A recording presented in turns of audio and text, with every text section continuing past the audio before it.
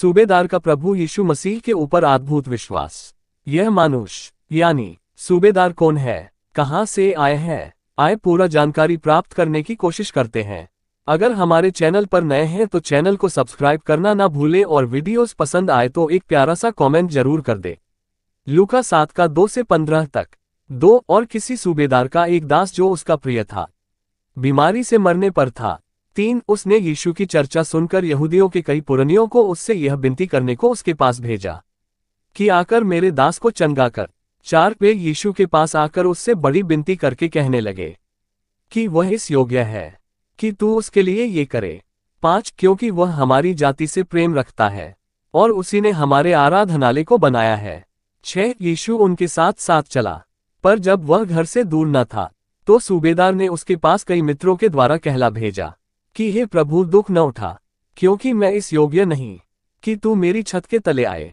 7 इसी कारण मैंने अपने आप को इस योग्य भी न समझा कि तेरे पास आऊं, पर वचन ही कह दे तो मेरा सेवक चंगा हो जाएगा।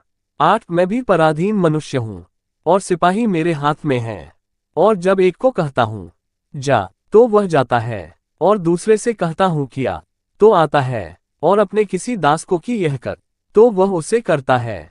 9 ये सुनकर यीशु ने अचंभा किया और उसने मुंह फेरकर उस भीड़ से जो उसके पीछे आ रही थी कहा, मैं तुमसे कहता हूं कि मैंने इस्राएल में भी ऐसा विश्वास नहीं पाया।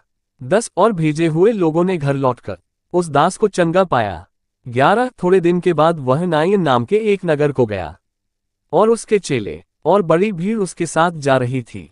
12 जब वह नगर के फाटक के पास पहुंचा तो देखो, लोग एक मुर्दे को बाहर लिए जा रहे थे जो अपनी मां का एकलौता पुत्र था, और वह विधवा थी, और नगर के बहुत से लोग उसके साथ थे।